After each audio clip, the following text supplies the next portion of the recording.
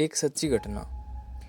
साल 2018 की बात है। जयपुर में रहने वाला अंकित अपने 3 दोस्तों रोहित, समीर और विकास के साथ घूमने का बहुत शौकीन था। वे हर महीने कहीं न कहीं एडवेंचर ट्रिप पर जाते थे। इस बार उन्होंने तय किया कि वे किसी ऐसी जगह जाएंगे जो रहस्यमयी और डरावनी हो। इंटरनेट पर खोजबीन के बाद उनकी नज़र पड़ी काली हवेली पर, जो जयपुर से लगभग 50 किलोमीटर दूर एक सुनसान इलाके में स्थित थी। यह हवेली करीब 200 साल पुरानी थी और लोगों का कहना था कि वहां अजीबोगरीब घटनाएं होती हैं। कई लोगों ने दावा किया था कि उन्होंने वहां किसी साया को महसूस किया है। उन्होंने यह भी बताया था कि हवेली के अंदर किसी औरत के चीखने की आवाज़ें आती हैं। क्या तुम लोग सच में वहां जाना चाहते हो? विकास ने झिझकते हुए पूछा। अरे भाई, डरने का नहीं, हमें खुद जाकर देखना चाहिए कि सच में कुछ है या सब अफवाहें हैं, रोहित ने मुस्कुराते हुए कहा। आखिरकार वे तीनों शुक्रवार रात को वहां जाने के लिए निकल पड़े। रात के 11 बजे वे हवेली पहुंचे। हवेली पूरी तरह उजाड़ थी। चारों तरफ जंगली घास उगी हुई थी और दरवाजे लगभग गिरने की हालात में थे। चांदनी रात में हवेली की टूटी फूटी दीवारें और जंग लगे गेट को देखकर ही डर का एहसास हो रहा था। यार, यह जगह तो सचमुच में भूतिया सी लग रही है, समीर ने कांपती आवाज में कहा। बस अंदर चलते हैं, आधे घंटे में देख लेंगे और फिर निकल लेंगे, अंकित ने हिम्मत दिखाते हुए कहा। वे चारों मोबाइल की टॉर्च जलाकर अंदर दाखिल हुए। हवेली के अंदर घुसते ही एक अजीब सी बदबू आई, मानो वहाँ सदियों से कुछ सड़ रहा हो। फर्श पर धूल और मकड़ी के जालों की मोटी परतें जमी हुई थी। दीवारों पर अजीबोगरीब आकृतियां बनी थी जो किसी तांत्रिक अनुष्ठान का संकेत दे रही थी। तभी अचानक एक दरवाज़ा धड़ाम से अपने आप बंद हो गया।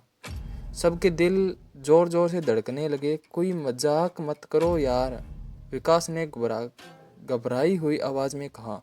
हमने कुछ नहीं किया, रोहित बोला, उसकी आवाज़ भी कांप रही थी। फिर उन्होंने सीढ़ियों से किसी के उतरने की आवाज़ सुनाई दी, टप टप टप। वे सभी सन्न रह गए। अंकित ने टॉर्च ऊपर घुमाई। सीढ़ियों पर एक परछाई हिलती हुई दिखी। यह देखकर उनके पैरों तले जमीन खिसक गई। भागो, समीर चिल्लाया।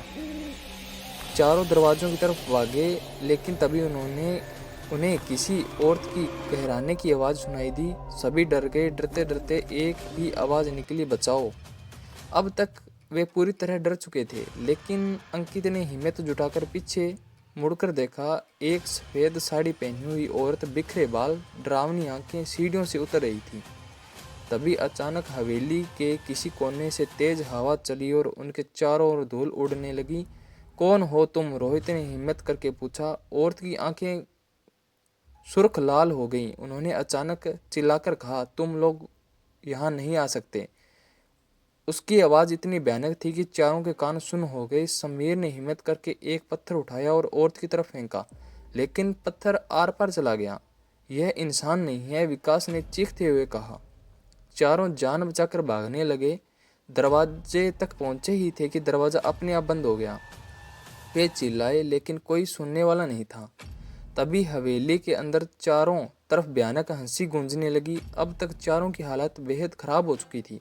लोग कहते हैं कि रोहित ने जेब से हनुमान चालीसा निकालकर पढ़ना शुरू किया। अचानक हवेली की दीवारें कांपने लगी और वह औरत जोर जोर से चीखने लगी। रुक मत, पढ़ता रह, अंकित चिल्लाया। जैसे ही हनुमान चालीसा पूरी हुई, एक जोरदार धमाका हुआ और दरवाज़ा अपने आप खुल गया। वे चारों बाहर भागे और अपनी गाड़ी की ओर दौड़े। गाड़ी स्टार्ट करते ही उन्होंने देखा हवेली की बालकनी पर वही औरत खड़ी थी, उनकी ओर घूरते हुए।